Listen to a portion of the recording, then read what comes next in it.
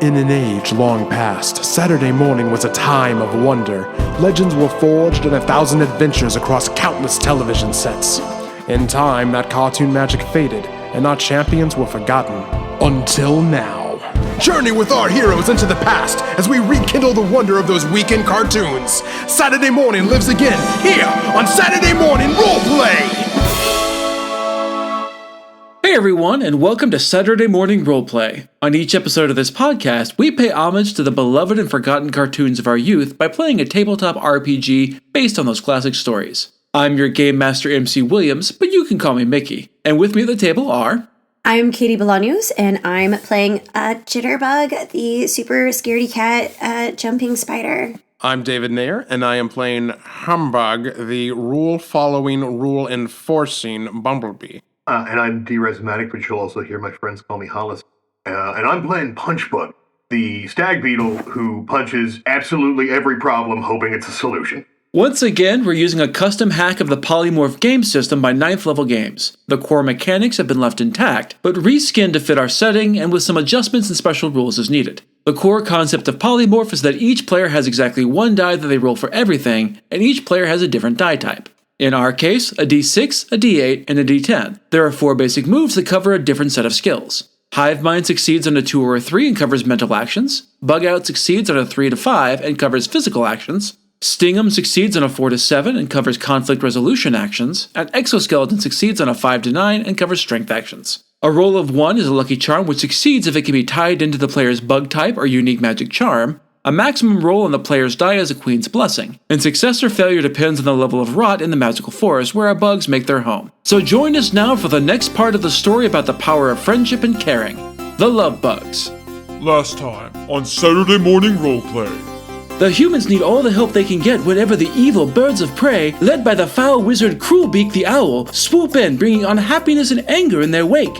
Oh, well, this is a conundrum. There's a call for help from the world of the humans, and yet the birthday planning is not yet complete. But someone is getting bullied by someone who's supposed to be their friends, and it feels like maybe we should do something about that. I guess we should help that kid on Earth. And sitting on the sidewalk with a comically large book bag is a small child who is currently sobbing into his hands. This definitely violates all the rules of friendship. I suppose we need to teach these young punks a lesson. I am shocked to my core that Punchbug was not responsible for the first round of violence. Do you think there's something happened to them to make them all when they weren't before? Yes, I suppose we should go check out the museum and see what the source of this mischief might be. So last time we left off right as the love bugs were coming up on a horde of delinquent youths gathering outside the museum around the bus where they had just come back from a field trip, having apparently all turned into horrible bullies for some unknown reason. Well, it seems our investigation has led us to the museum. And so into the museum we must go. Oh, it just seems like a really bad idea, everyone. I don't think we should go in there because I don't want us to become the bullies that we're trying to stop. Well, no one wants that, but as long as we follow the rules, which clearly state bullying is wrong, I think we'll be fine. Okay. Yeah, I don't think it's possible to bully a bully. I think it's one of those things with magnets where you can't match the sides up to the same sides. Okay, that makes sense. Okay. Well, in that case, Humbug could if you say the rules are going to protect us, can I hold the rule book? No one's ever asked to hold the rule book before. Oh, if that's too much, I don't have to do that. It's not too much. It's wonderful. While it is a privilege to hold the rule book, it is a burden. And if you are willing to take on the burden for some time, of course, here, Jitter Bug, I know you'll take good care of the rule book. Her eyes get real big, and she holds her little forelegs out for it. Humbug stops and puts on white gloves to handle the rule book, even though he's never touched the rule book with white gloves before. He puts on white gloves and then hands the rule book over slowly. Well, these are the transfer gloves. When her little claws close on it, she goes, Oh, it's heavy. I wasn't expecting it to be so heavy. Oh, no wonder that you're Well, I won't say it. Responsibility always is heavy. Yeah, I can tell. Well, I'll make sure I keep it safe for you. And I think I can already feel myself getting a little bit braver. Thanks for letting me hold it. And of course, thank you for holding it. And she's going to pass the book back to like one of her other claws so that her forelegs are free. So she's just like going in, holding the rule book up over her head with her two like secondary forelegs. That is an adorable image. All right, so as you head inside the museum, everyone give me a hive mind to scope out the situation. Wow, I rolled a 6. I rolled a 3. My first hive mind success. I rolled a 10. Well, a 6 is a queen's blessing, right? Is it still? We are currently at 1 rot, so that is a success for the 6 and the 10. Yay! Oh, okay.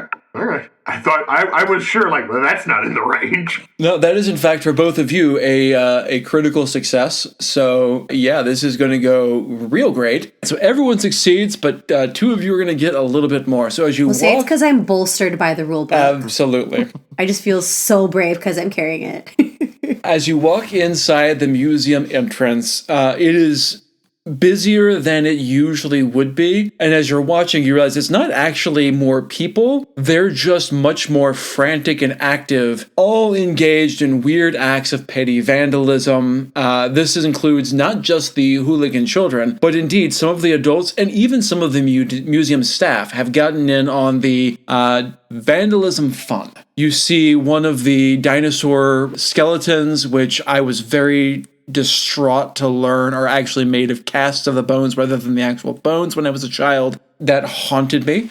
But those casts are being taken down and disassembled and turned into weird huts and one that looks kind of like the Venus de Milo for some reason. You see that someone else is spray painting on the walls, the trash cans have been knocked over, someone is climbing up into the ceiling to try to get into the airplane that's hanging from the roof. Just various forms of hooliganism. And for the critical success, Jitters and Punch Buggy, you see at the top of the stairs to the next level a little bit of movement, which is not looking human at all. Indeed, this looks like it's got the mechanical rigidness that you've come to associate with the handiwork of Corvus, the evil crow who works for Cruelbeak. Punchy does say to Humbug and Jitters, like, looking around at the chaos and the things being built out of the bones, like, we gotta stop them before they build graven images and the censors get us.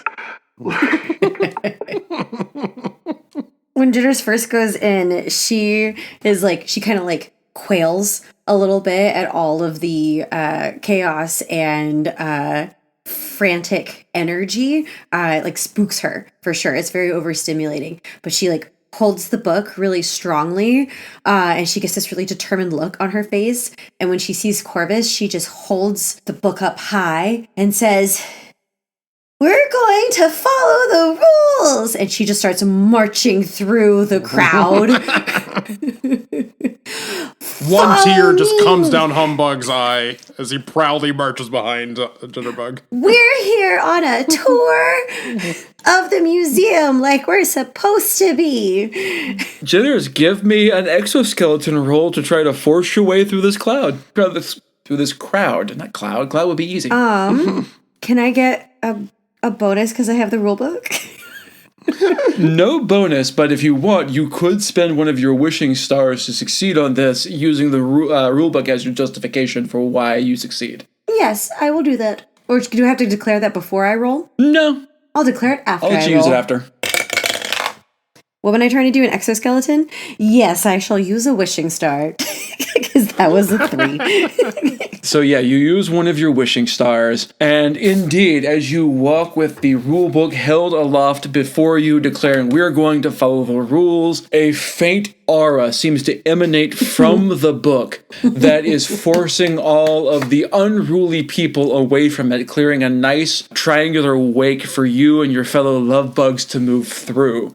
The people have not stopped their various misdeeds, but the ones closest to you have definitely stepped down how serious their offenses are. They are now loitering and listening to a boombox very loudly, and that sort of thing, which is much smaller on the tiers of misdeeds. Punchbug does sort of lean over to Humbug during the march of the noble Jitter Bug. And like, between our marching and holding the rulebook, do you feel that both of us have become real superfluous real fast?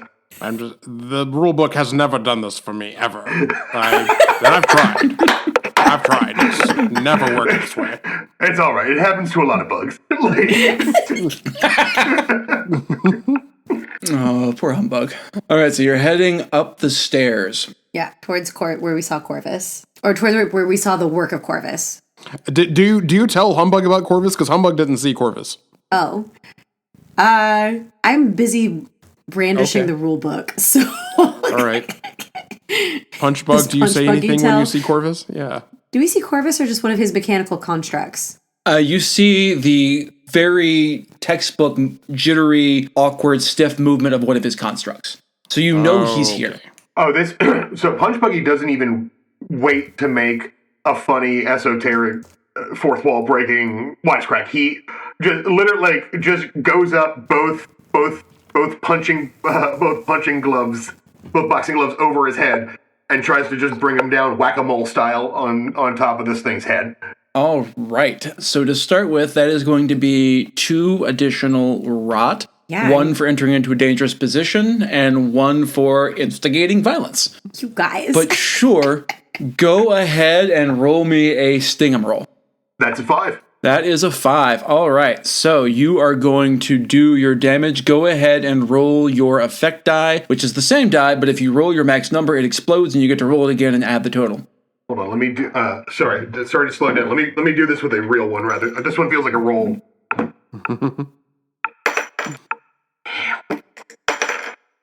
10 and a 7.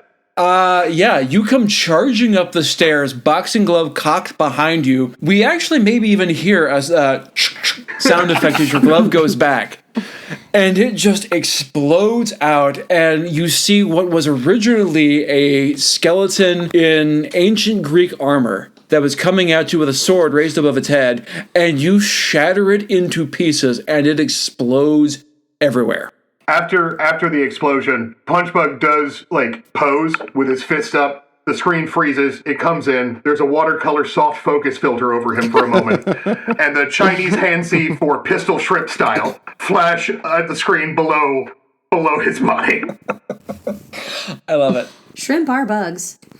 Shrimp are bugs. Shrimp are bugs. We did Shrimps decide is shrimp bugs. are bugs. They're sea bugs. They are the snorks to our Smurfs. I'm waiting for that crossover. If that belonged to the museum, we'll have to be sure to put it back before we leave. Punchy poses again, another soft focus filter, and the Hansi underneath says, deepest apologies for the damage. I'm going to spend 1 rot, and everyone make me a bug out roll. Okay. No. Yeah, I hit Lucky Charm. You are a jumping spider, so in this case, I am going to say that counts. You are also perceptive. You are going to succeed on this roll. Yay, thank you. I got a 1 as well. Is that a lucky charm? That is your lucky charm. And for you being the big hulking tank of an armored beetle that you are, I will also allow that to count in a different way.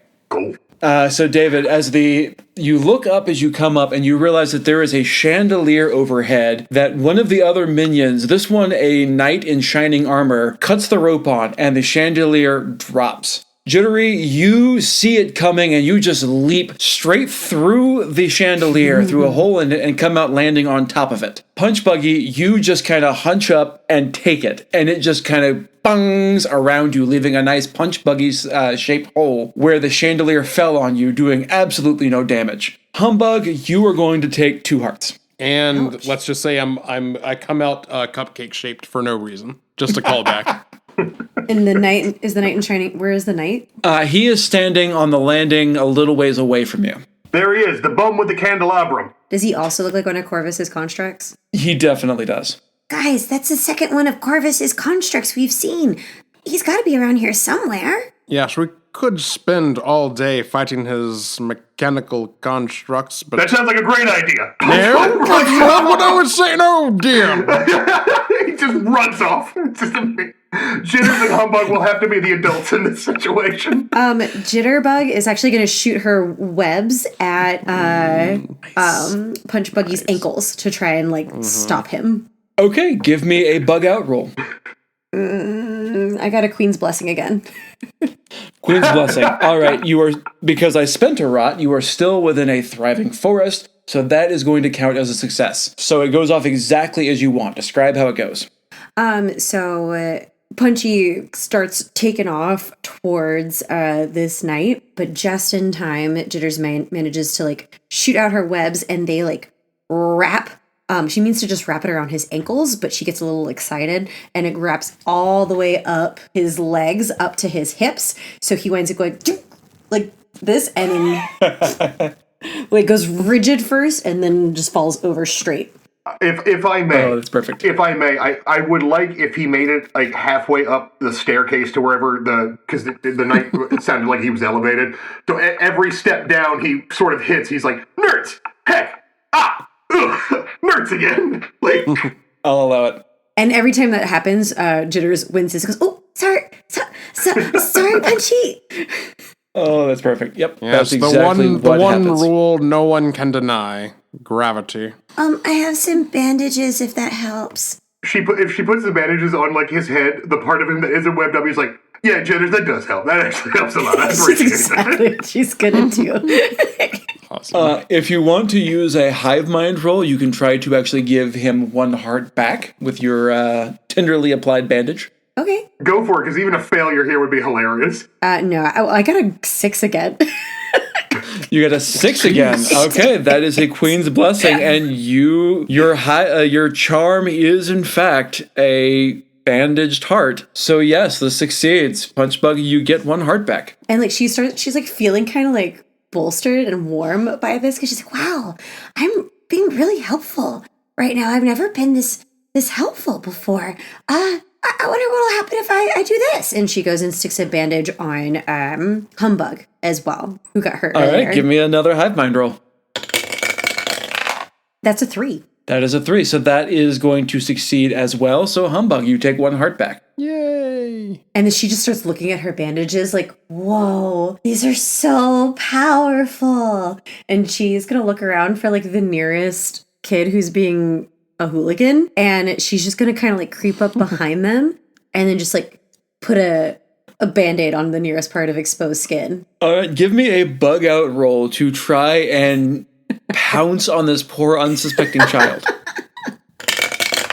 Nope, that's a 2. She reached too far. Again, if we change the aesthetics of these giant humanoid insects blitzing around a museum, this becomes a horror movie real fast.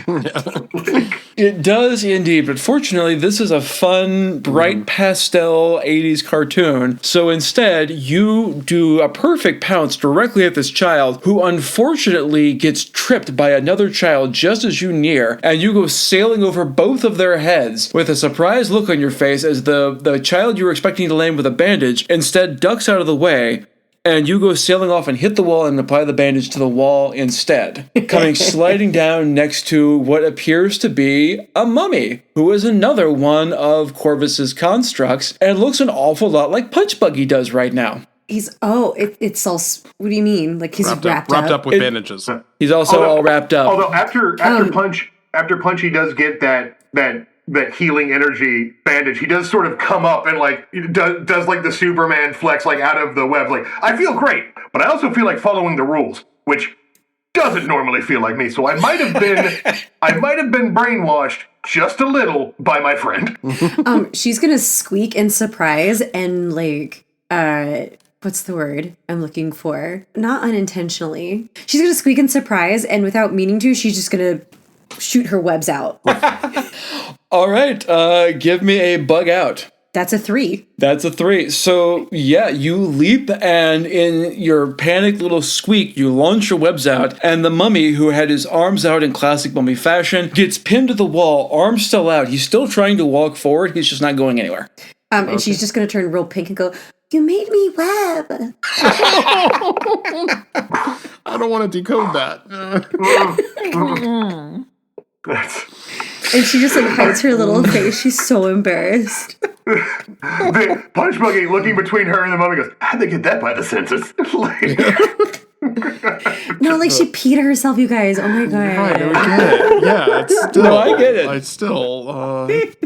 That's giving me strong Finding Nemo. I think I inked. You made me ink. I'm going to touch the blood. Okay. I love it. Seeing the pattern of as long as we stand here, another mechanical museum creation is going to attack us. Humbug is, all right, we can't waste time here in the lobby just being attacked by one mechanical atrocity after another. We need to get inside and we need to disguise our entrance. So on the count of 3, get ready to run. And, is going to throw a pollen bomb, basically like a smoke bomb, and use that as cover to try and get out further into the museum where hopefully we won't just be attacked again and again and again. All right, give me a sting'em roll to get that pollen bomb to go where you want it to. Freak, that's a 3. So I can use a wishing star to make it work? You can. I will use a wishing star.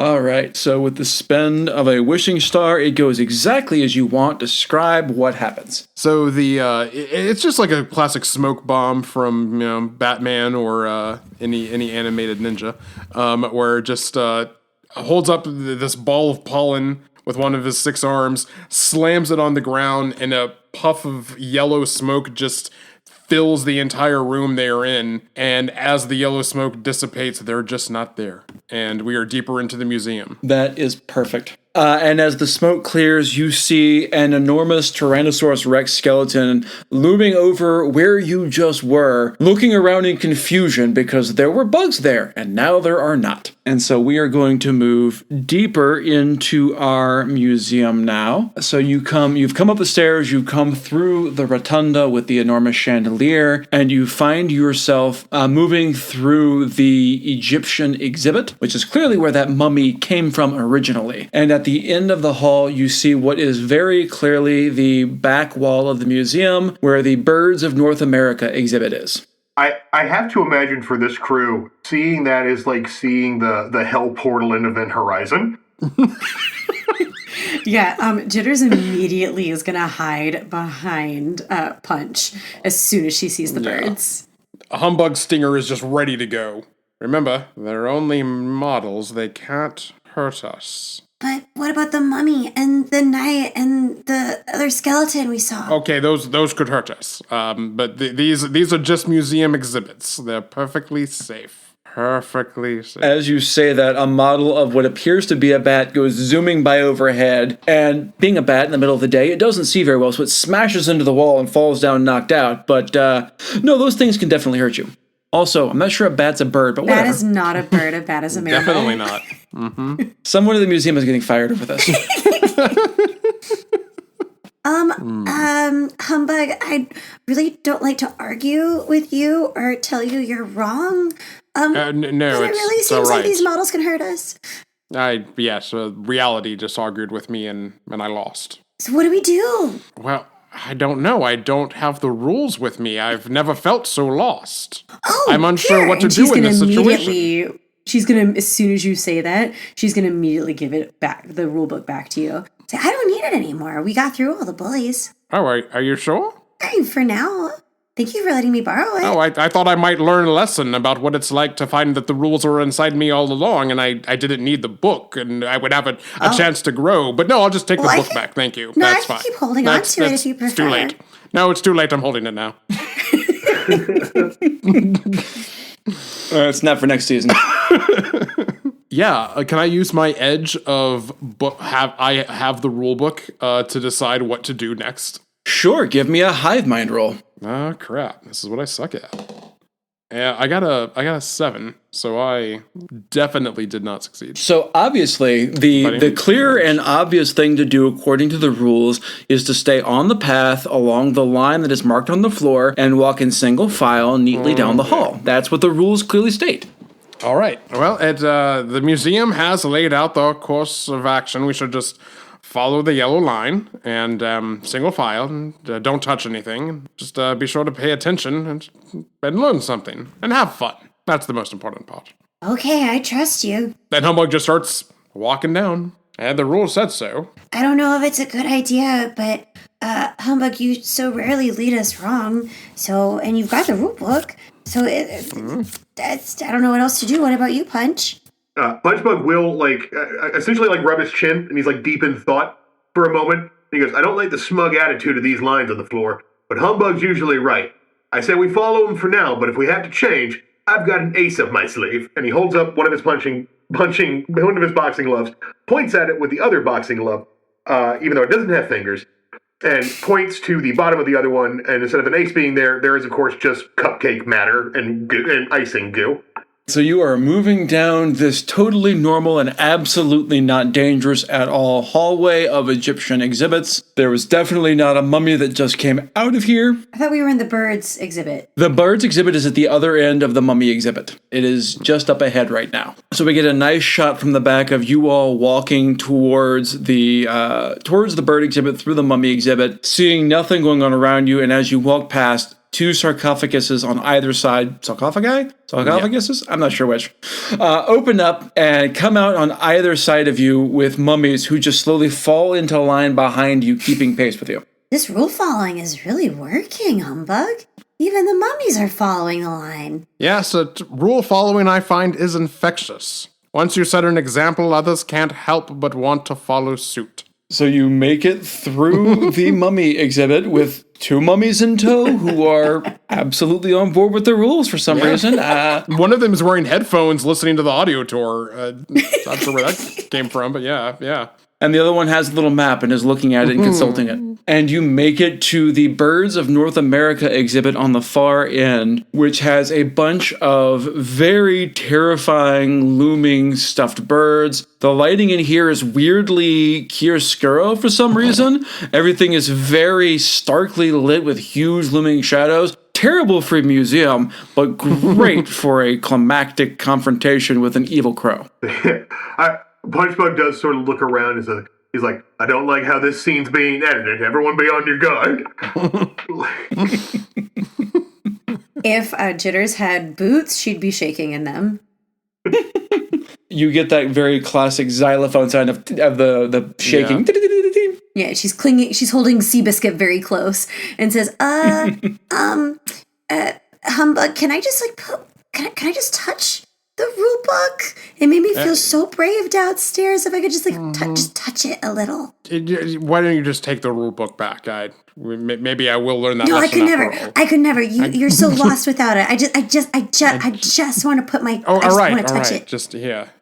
All right, Jitters, give me an exoskeleton roll to show bravery in the face of this obvious terror.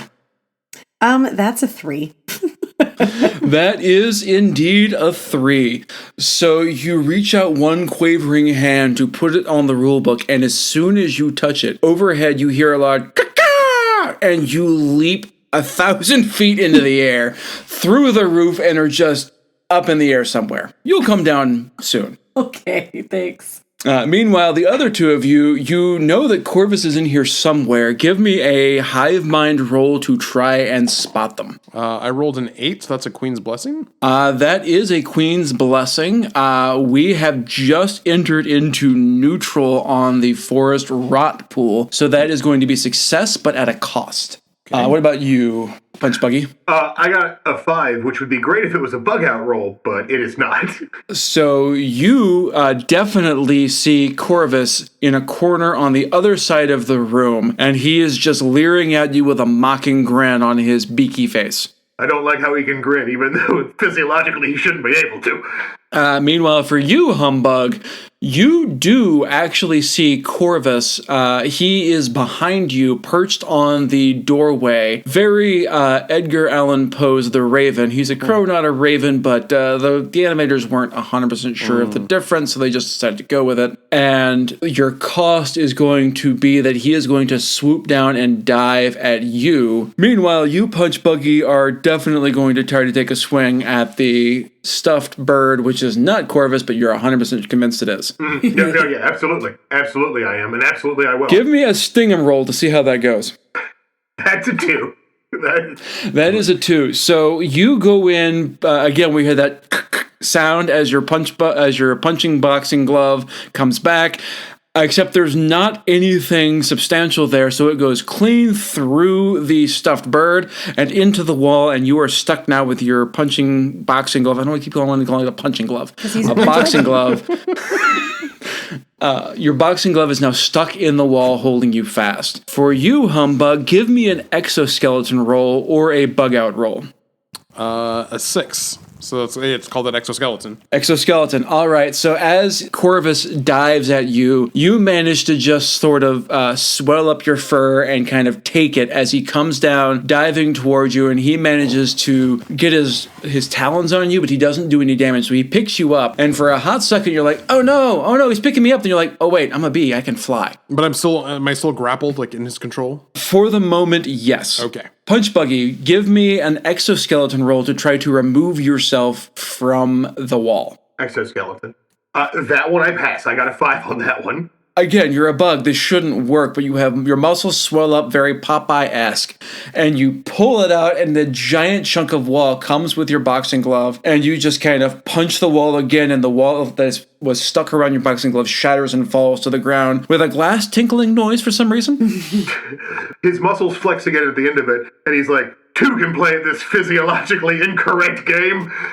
All right, Humbug, it is your turn. What would you like to do? So, in the talons of Corvus, Humbug stoically accepts his fate as being taken by the bird of prey as the first victim of the team, and he takes the book. Jitters, it is up to you now to save the world, and throws the book down.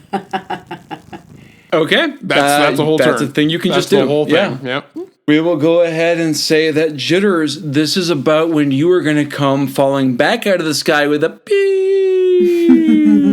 beep sound. Give me a bug out roll to manage to land dexterously and not take any damage from this. That is a 5. Perfect. So where would you like to land? Would you like to land on Corvus and Humbug, or would you like to land on the ground or somewhere else? I would like to land on Corvus. All right. So yeah, you come sailing out of the sky through the same exact hole that you went out of. It's a miraculous fit, and you land right on top of Corvus's head. What would you like to do? Can I catch the book at the... Oh yeah, you would have had to. I was tossing the book to you, so yeah. Sure. You had a successful roll. I'm going to say you go ahead and you catch the book. So I land on Corvus, and at the same time, like, the book just, like, falls into my hands, and I'm just like, oh, I know exactly what I should do. And she takes the book, and she just, like, bops Corvus on the head with it and says, you should be following the rules, and bop, bop, bop. Perfect. Give me a sting 'em roll. And I have disadvantage on those. You do? I am actually going to let you clear your afraid condition because you have shown pretty incredible bravery thanks to the rules. Aww. So I will let you clear the afraid condition. Great. Well, that is a 3. So you go to swing the book at Corvus's head to bop him, but he's a very clever crow. He knows what's coming, and he manages to do a barrel roll in the air, and instead swats you with Humbug, and you're going to take 2 damage. Ouch. All right, Punch Buggy, it is your turn. Punch Buggy has trottled his way over, not being the most nimble or dexterous, as proven by the unextricating himself from a wall. So when he sees that his friends are in dire straits, he gets the Kurosawa narrowed eyes close up. Like no one is allowed to make his friends look this dumb and not be him. So he is going to attack Corvus. We've got webs, we've got pollen bombs, all well and good. Punchy has absolutely no head for any of that. He has no head for any tactic other than click clack, time to attack. Hippity hoppity, get off my property. Like he's just gonna try, and if Corvus is sort of paying attention to like manhandling his buddies, he will just try and sucker punch him. Punchy is not. He is not too proud to just try and bop Corvus right in the back of the head. Okay, Corvus is flying, so how are you going to get up there? I've got wings. I can. Oh, you do have wings. You're right. So, sure, give me a stinging roll. Thank God, that's a 7. That's Perfect. Roll me an effect roll. 10. Is that A 10. Roll again and add the rest of it. 3? So that's still. So that's a total of 13 damage, which is more than enough to knock poor Corvus the Crow absolutely silly. You manage to catch him right in the jaw, inexplicably knocking another cupcake loose from somewhere that goes out and splats poor Humbug in the face. Because he just cannot catch a break. But Corvus lands on the ground, on his back, claws up in the air, and he is completely unconscious. So you have effectively defeated Corvus. When Punchy lands and is dusting his friends off, he checks to see if Corvus's eyes are little X's, because that's the only way if you know if someone's actually knocked out or not. They are not X's. He is not dead. Okay. Are they little swirlies instead? Oh, they are little swirlies. Okay, yeah, you're right. Swirlies are unconscious or otherwise discombobulated. I'm sorry. You're absolutely correct. It's okay. Medical school was a long time ago for all of us. Yeah. I should have paid more attention in bug medic class. Of all the things I have bopped in this museum, that was the most satisfying one to bop of all. As he dusts his friends off with his boxing gloves. Oh, thanks. I think the rulebook is better off in your hands, Humbug. It didn't really work very well this time. And she's going to hand it back to him. Oh, well, I think you did wonderfully, Jitters. But, yes, I also think I do better with the book. Yeah, nobody hits people with the rulebook like you do. Oh. She's then going to, poke Corvus gingerly with one leg. Do you think he's really out? Is he going to pop up and scare us and try to eat us, do you think? All right, I am going to spend a rot because this is a perfect situation. And indeed, as you poke him, he squawks loudly and leaps into the air, circles around the museum once. As soon as he squawks, can I accidentally web again? Sure. Give me another sting'em roll. Darn. That was a 2. Okay, so that goes flying past him as he's circling. He's moving so much faster because he is terrified now. And your webs just kind of follow along behind him like machine gun fire, but webs. And he goes dive bombing out, and you see him snatch something up from one of the glass display cases and escape. Escape the room or the entire museum? The entire museum. He has fled the building. Oh, dear. Humbug, I think he stole something, and isn't that against the rules? Very much against the rules, yes. He also escaped, which will be hard to enforce the rules. Maybe we should try to help the people in the museum first. And then if there's time, we can go after Corvus. All right, sure. Give me a hive mind roll to figure out what Corvus was up to. A 1. Let's see. Justice. Well, Does you are justice affect insightful. Yeah, I am insightful. So that is definitely going to be a success. Is anyone else rolling? Or are we just going to roll with Humbug's insightful roll? That's a 4. That is a 9. Yeah. The thought of going down back into all of that hullabaloo it scares me again. So I'm like, I have no idea what to do. Punchy is too busy saying he probably flew back to the evil lair of the birds, and then the playset of the evil lair shows up in a little explosion white circle in the bottom corner and spins around a little bit. It's available now. Of course, and it is obviously a rotted forest in the middle of a swamp with an inexplicably towering stone structure in the middle that makes no sense for birds to live in, but it is hundreds of feet tall in the middle of the swamp for no reason. Available for Christmas, the Aviary of Avarice. Oh, I bet. I like that. Yeah. The Aviary of Avarice. That is now officially its name. I picture the shape of it being you know how so many of the evil keeps are skulls or rib cages or snake heads. I picture it as a big bird head with a big beak See, that's funny because I just pictured it like a rook.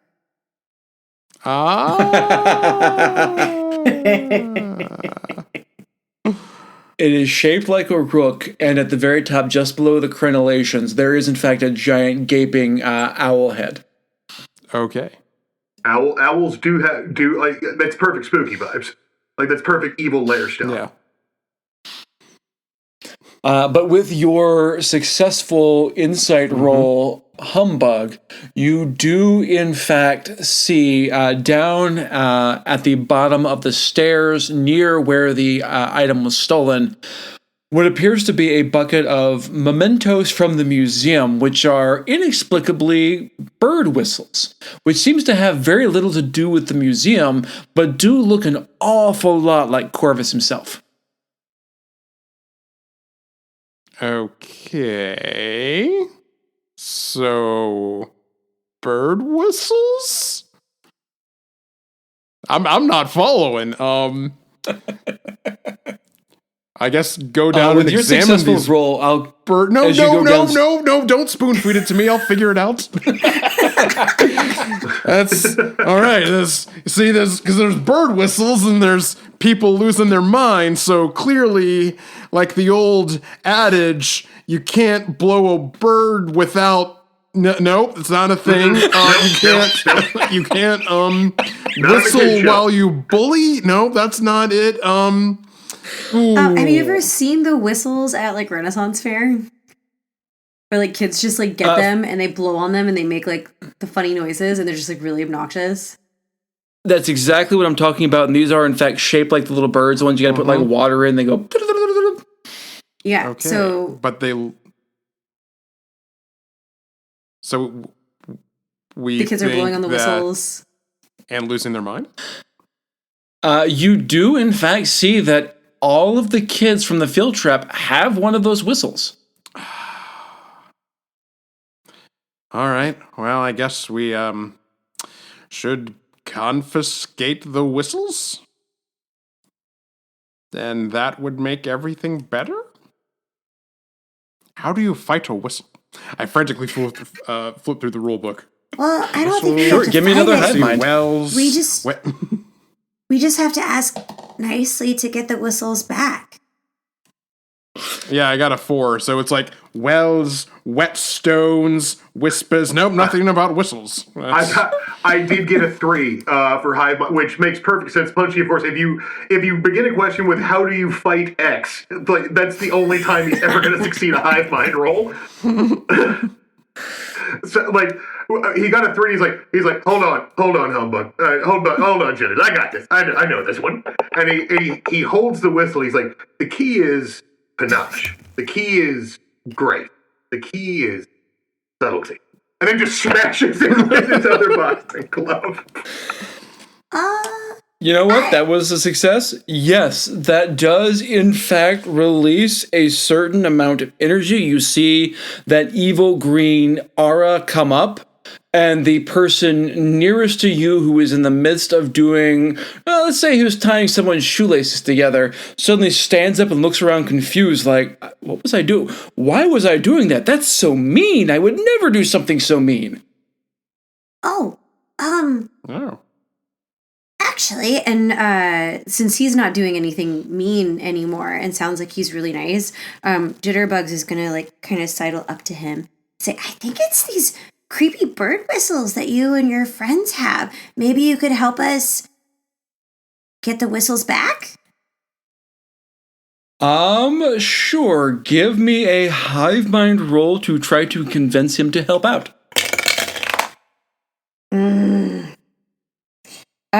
That's a 4, but, okay, I'm confused about how edges work. Can I not use an edge when I don't succeed on a roll to, like, do something to, like, fix it? Now, edges are generally used to give you the chance to roll something, like when Humbug was like, I'm going to use a pollen bomb in order to be able to do this. Okay. So they give you a chance to succeed, to even make the roll, or if you roll a 1, they also give you, I can invoke this edge and I'm going to have that Lucky Charm roll be successful. Okay. Gotcha. All right, well, I rolled a 4. Fair enough. I will remind you that you do have the communal resource of bug juice that you can use to make certain things happen. And you also have a magical love light that is perfect for these sorts of situations. That's right. Hey, guys, Jitters. We should use our love light and convince everyone to just give their bird whistles back. This is the most accurate thing to Saturday morning cartoons, where the heroes forgot, like, Care Bears forgot that they could Care Bear stare and, like, emotionally, like, mind dominate people every day, every time. If we just show everyone, if we just turn on our love lights and show everyone that they don't want to be bad, I'm sure that they would just break the bird whistles themselves. Well, yeah, that makes perfect sense. Using, and Punchy is like, he's like rubbing his chin with his boxing glove, like, I don't know, using the thing that we've used to successfully extricate ourselves from terrible situations dozens of times before seems risky. But you're right, Jitters, we should absolutely go for it. All right, give me a sting roll to activate your love light. I got And remember that if you want, you can use bug juice. Okay. Yeah, we should use bug juice. How do we use bug juice? I don't need to. Just that's state a that you're 6. using bug juice, and that will count as a success on what you want to do. I got a 6, Okay. so I don't need it. I rolled a 2, so I am using bug juice. Fair. All right, so I'm going to reduce your bug juice by 1. The rest of you succeed anyway. So, yeah, go ahead and describe what activating your love light looks like. Katie, So this was your idea, okay. So for Jitters, her little the little charm, the heart with a bandage on it on her back, first lights up, and then her eyes, her big eyes, start to glow first, and then that glow gradually spreads to her 6 other eyes, so that now it's just like her whole head is glowing. And then I assume the others do something similar, and then our lights would then combine to be able to spread throughout the entire museum in multicolors. I'm going to say that Jitters is purple. Okay, yeah, Humbugs would be, I guess, yellow to follow a B. I'm going to say Punchy's would be like a radium green. All right. Nice. My color That theory works. isn't very good. What's purple plus yellow plus green?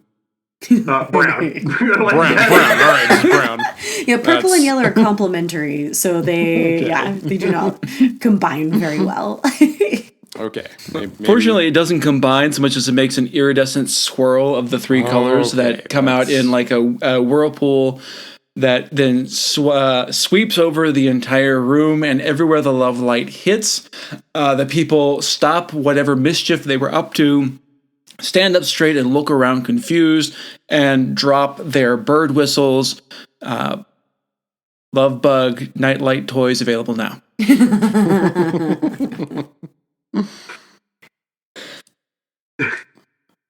And yeah, so the people begin filing out. The museum staff begins to try to clean up the various exhibits. And you see a couple of them, particularly one of the security guards, goes over to the smashed case where Corvus had stolen something. Oh, well, we should see, yes. We should investigate what Corvus absconded with. So, excuse me, constables, we are here to co-investigate the crime. We are the Love Bugs. In case you aren't familiar with our authority, we do have jurisdiction over this world. Yeah, Oh yes, of course. We've all heard of the love bugs. You're of course welcome to investigate in any jurisdiction you're in. We all know that the love bugs go across all communities. yeah. As long if it makes a kid frown, it's in our jurisdiction. Of course. We've all read the rules. And so they usher you forward to the smash case, where you see a giant nameplate that states that the item that was in there previously was the Maltese magpie. All right. If anyone wants to give me a hive mind, you can try to figure out what that is for. Nope. So that's a 7. So, Yeah, no idea. 5. If I can use the bug juice again. Sure. Yeah, we'll use another bug juice. I'll go ahead and give you some bug juice for what the failures are. So I am going to say that Punch Buggy, you have definitely seen this item before. Trying to figure out why you know this. You know what? Let's say that once upon a time, this was in fact the grand prize for a boxing match that was held during World War II. There was a massive multi-country boxing match that was held, and the Maltese Magpie was the grand prize given to the winning fighter. And you know that one of the reasons it was so special, it was said to be a cursed artifact that was capable of removing the kindness from anyone that it was directed at. So guys, you're not going to believe this. But long ago, there was a punch-based contest for this evil bird that was evil and a bird. Punch Bug, was this back during your time in the war? Back when you, Punch Buggy, personally fought in World War II?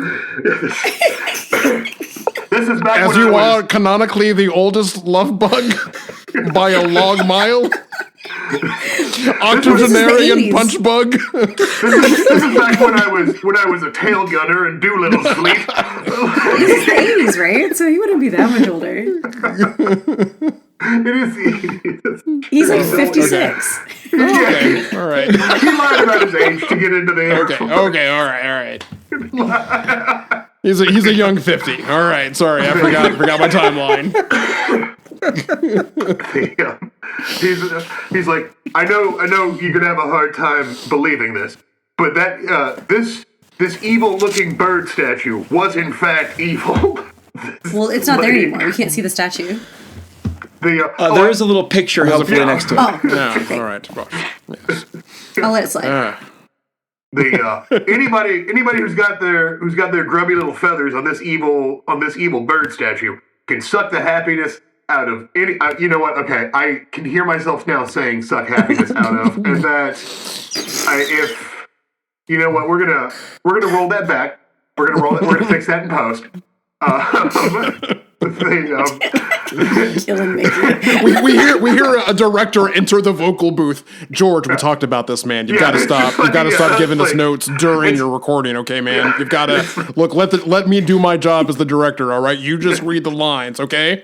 All right, are we cool? All right, we're going out for drinks after this. All right. If the audio editor comes in again,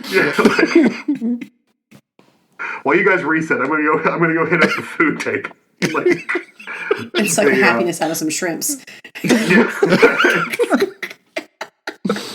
Oh, that is a horrifying image. This evil bird was responsible all of this audio. Sorry, go ahead. This evil bird was responsible for eating all the cold cuts off the cold cut tray, George. Just maybe leave a little lunch for the rest of us. Yes. While all of this audio is happening, the screen is just frozen on one frame. The animators did not know what to do.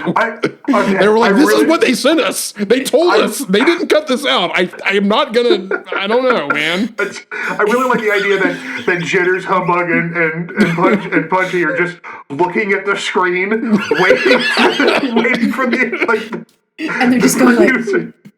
Blink. I think it's a freeze frame, and like halfway through, the three bugs turn to look at the screen like, are we doing this? It's like, you know when you let Sonic stand still too long and he starts idling and like looking at his watch? Basically that. Yes. All right. But we gotta find this evil bird statue in ASAP, even if that means we have to go into the aviary, because if they've got it, they can make all happiness on this planet evaporate like that. And he snaps somehow with a boxing glove. Next time on Saturday Morning Roleplay, will the love bugs be able to find the Maltese Magpie in time? What terrors lie in wait in the aviary of avarice? Will our heroes be able to throw a proper party? Find out on the next exciting episode of Saturday Morning Roleplay. What do we think the moral of this story was? Something about the rules. Well, I mean, following the rules clearly always gets you what you want because the mummies, instead of attacking you, just filed in and then participated not at all in the combat. The moral of today's Love Bugs episode is stop eating everything off the craft service table, George.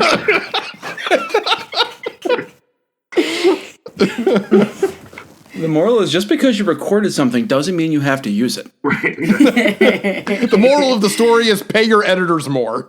Yeah, it's like, not everything can be fixed in post. Not everything can be fixed by hitting it with a rule book. Yeah. But everything can be fixed by hitting it with a boxing glove. Oh. Especially if you want cupcakes. Remember, kids, if someone's trying to abduct you from a library or museum, it's absolutely okay to just start swinging on them. Just start hitting them. Cops aren't going to say you're wrong. If you're hungry and you need a snack, because Yeah. Like, they're not taking you where the food is. I'll tell you that much for free. But if a life-size bug leaps at you, it's okay. They're your friend. Yeah. Yeah, in all of the stranger danger education I saw growing up, there was never a just knock the hell out of him, kid. Yeah. Fight like hell. Yeah. You open up the gates of war. You're tiny and probably skinny. Your bones are closer to the surface than the rest of us. You can just start hitting them. Just use your knuckles. Get them in the eye sockets. It's not going to do you any good, but you're going to die, warrior. Full on cry havoc and let's slip the dogs of war. Today's lesson from Love Bugs is die well. Like, die on your feet rather than live on your knees, children. Saturday Morning Roleplay is produced and edited by David Nayer and MC Williams. Music is by David Nayer. The SMRPG logo is by Michael Ray Williams. The Love Bug theme song is performed by Tony Caston. Email us at SaturdayMorningRoleplay@gmail.com with any questions, comments, or suggestions. Follow us on Facebook at Saturday Morning RPG, on Instagram at Saturday.morning.roleplay, and on Blue Sky at Saturday Morning Roleplay. And if you could, please rate our show on your favorite podcatcher and leave us comments. This is a new show, so small things can make a huge difference. See you next month.